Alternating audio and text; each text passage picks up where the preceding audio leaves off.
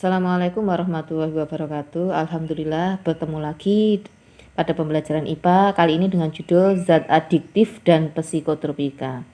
Jadi beda satu huruf ya. Kemarin itu kita aditif, zat yang ditambahkan pada makanan dan minuman dengan tujuan tertentu. Kali ini adalah zat adiktif dan psikotropika. Pindah ke slide 2. Jadi ini peta konsepnya. Mohon maaf ini ada kesalahan ya. Ini adalah zat adiktif pakai K.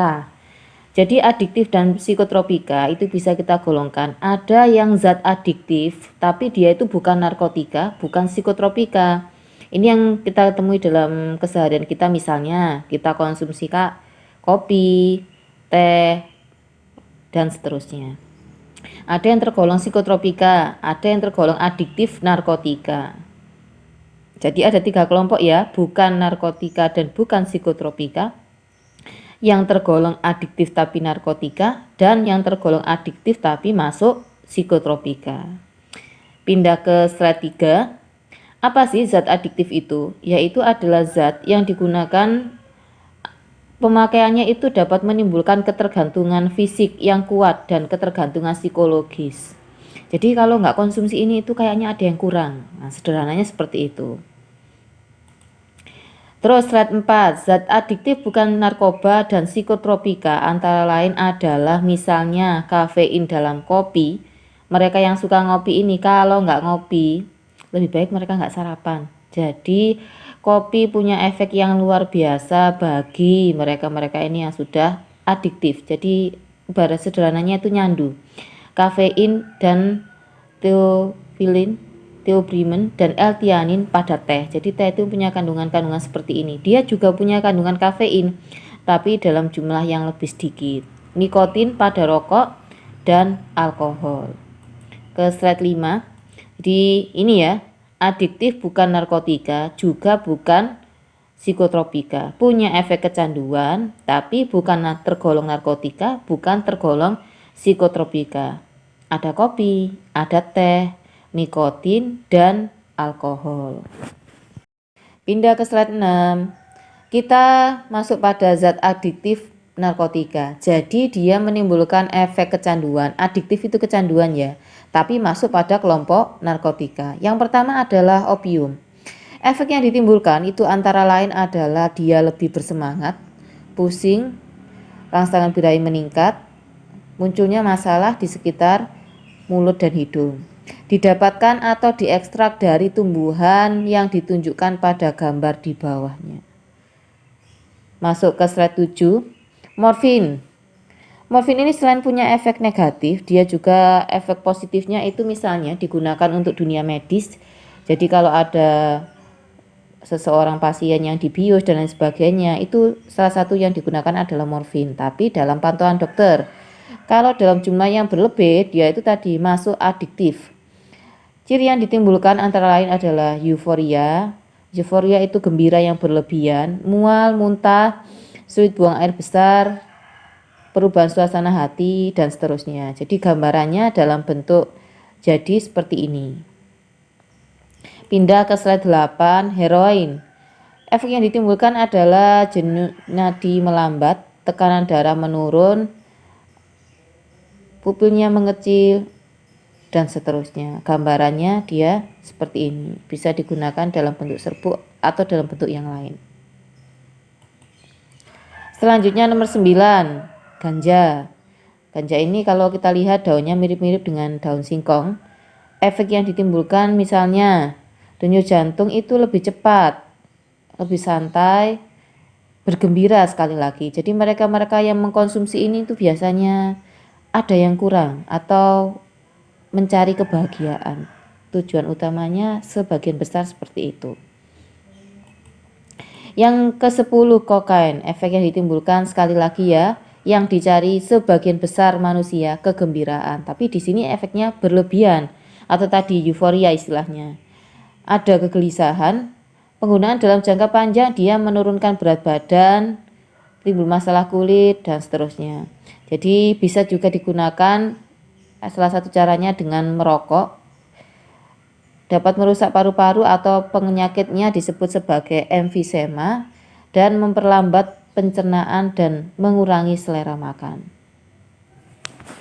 Masuk slide 11, jadi zat psikotropika, dia ini adalah zat yang alami atau sintesis, bukan tergolong narkotika dan berkhasiat psikoaktif. Psikoaktif itu dia mempengaruhi susunan saraf pusat yang menyebabkan perubahan pada mental dan perilaku. Pengertiannya seperti itu. Nomor 12, dia dikelompokkan menjadi psikotropika itu yang pertama adalah kelompok stimulan. Stimulan itu stimulasi. Bahasa sederhananya jadi memberikan energi yang tidak terbatas, meningkatkan denyut jantung dan gembira atau euforia.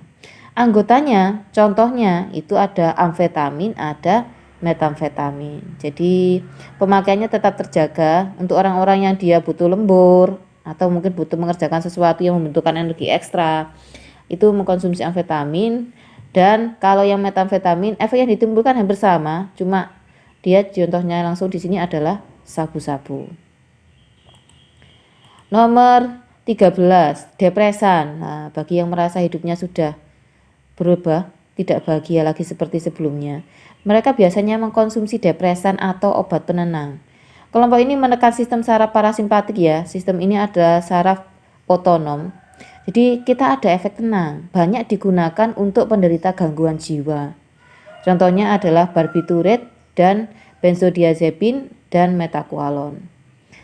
Jadi intinya dari mereka yang mengkonsumsi depresan itu adalah ingin mendapatkan ketenangan.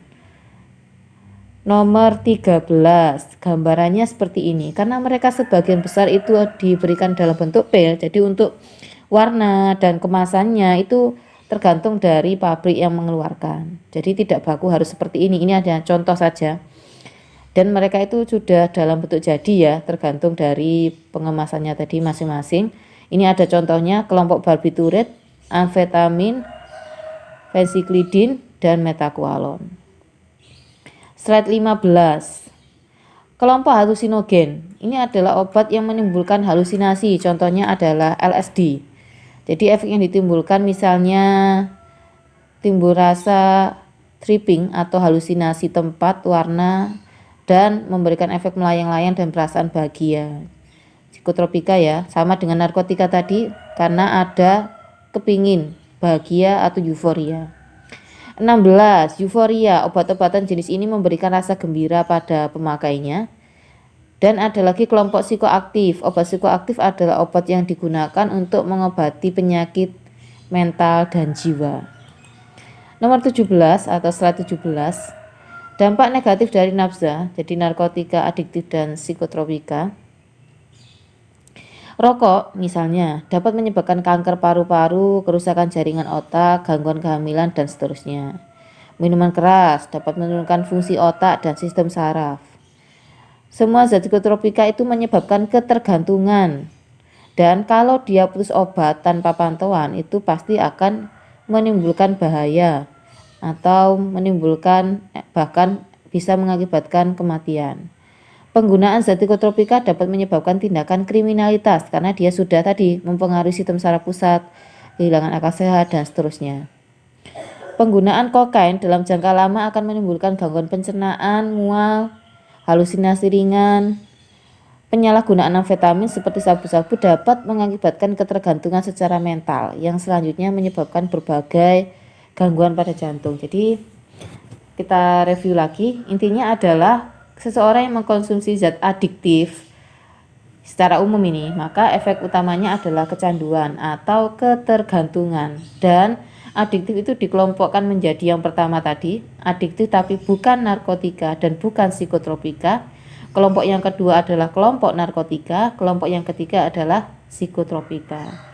Kesemuanya ini menimbulkan ketergantungan dan efeknya beda-beda. Maka sebisa mungkin dihindari dengan banyak menambah wawasan tentang efek negatifnya agar bisa menghindari dan menjaga pergaulan, meningkatkan keimanan dan ketakwaan sehingga tetap berada di jalur yang benar. Terima kasih. Assalamualaikum warahmatullahi wabarakatuh.